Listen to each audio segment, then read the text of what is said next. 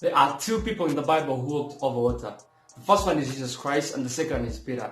And in this video I'm going to be talking about how Peter walked on water and what we can learn from him. There are three lessons that I'm going to try and break in this huge portion of scriptures, and we can still use them when you're passing through hard troubles and things that are not very good, and ask God to expand our territories in all that we do.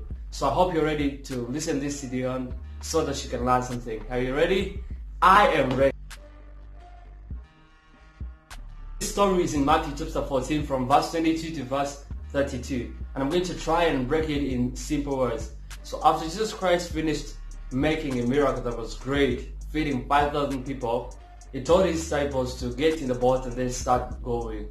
And he stayed behind so that he could tell people to go in their homes, and he went to pray. Now after prayer, he went to meet his disciples who were in the boat.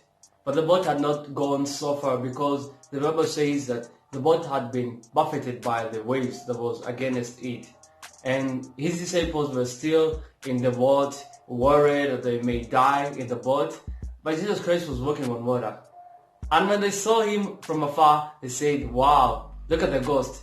I think most of them had fear, right? I think they had fear because it's not a good thing to see a ghost, and it's not usual.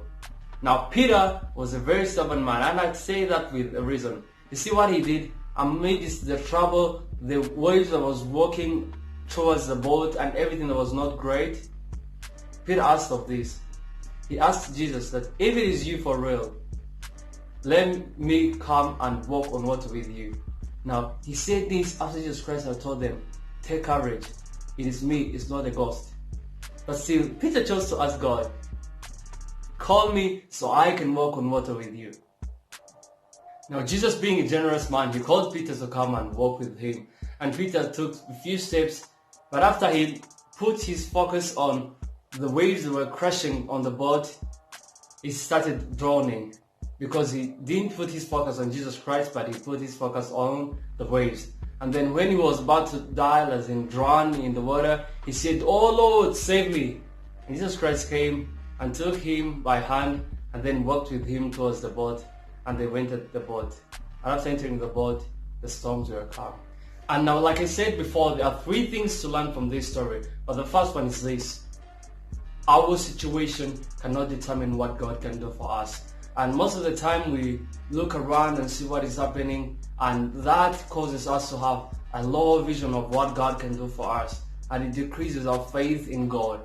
And maybe if you're only hungry for today, yes, God, if you can only give me rice today.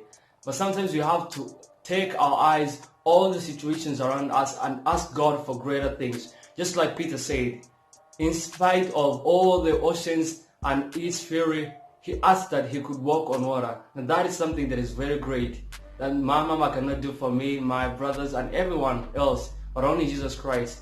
And we can use this to expand our territories, asking God, you see what we are going through right now, but we have a vision for greater things to come. So help us and lead us to do that. Because if you only expect that God will do for you great things, He will do great things for you. And if you expect Him to do simple things, He will do simple things for you. The situation that you're going through right now cannot determine what God can do for you. For He can do abundantly, exceedingly, beyond what your mind can conceive. So you have to ask God for greater things. That's the first lesson that we should learn from this story. In spite of all that Peter was going through with the storms that were crashing on the boat, he still asked for a greater thing, which was to walk on water. And that's what we should do.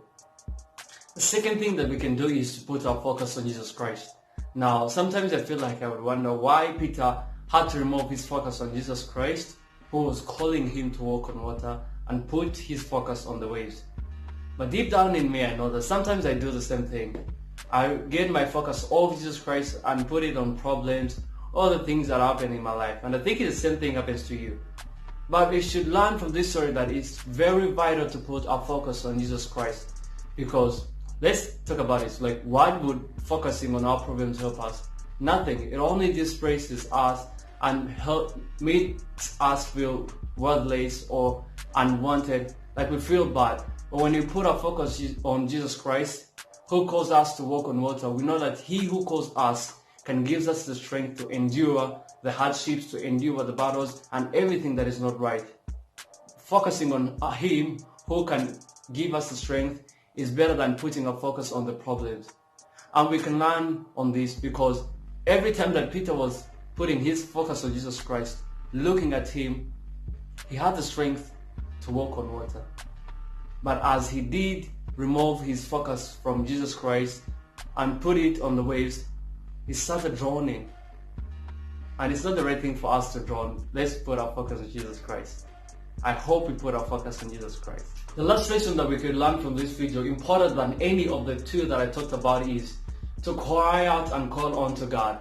Now, I have a friend who is also a pastor called Pastor Rodney, and he used to say, and he still says, that you should not die in your own movie because you are a star. And this life is just like a movie, I would say, and you are the star in this movie, so you should not die in your own movie.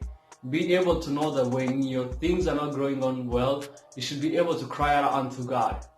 You should remove your ego, knowing that you can do it on your own. When all things fall apart, you should cry out unto God. Now Peter realized that focusing on the waves would not help him because he was drowning and maybe about to die. He said, Lord, save me. And we should be able to cry out to God and say, God, save me. Save me from the things that are not right in my life. Save me from all the development that is coming and I cannot handle, because sometimes good things happen to our way and we cannot handle them. But we should be always able to cry out unto God, because the Bible says in Psalm 34 that the eyes of the Lord are on His righteous people and His ears is ready to hear when they cry.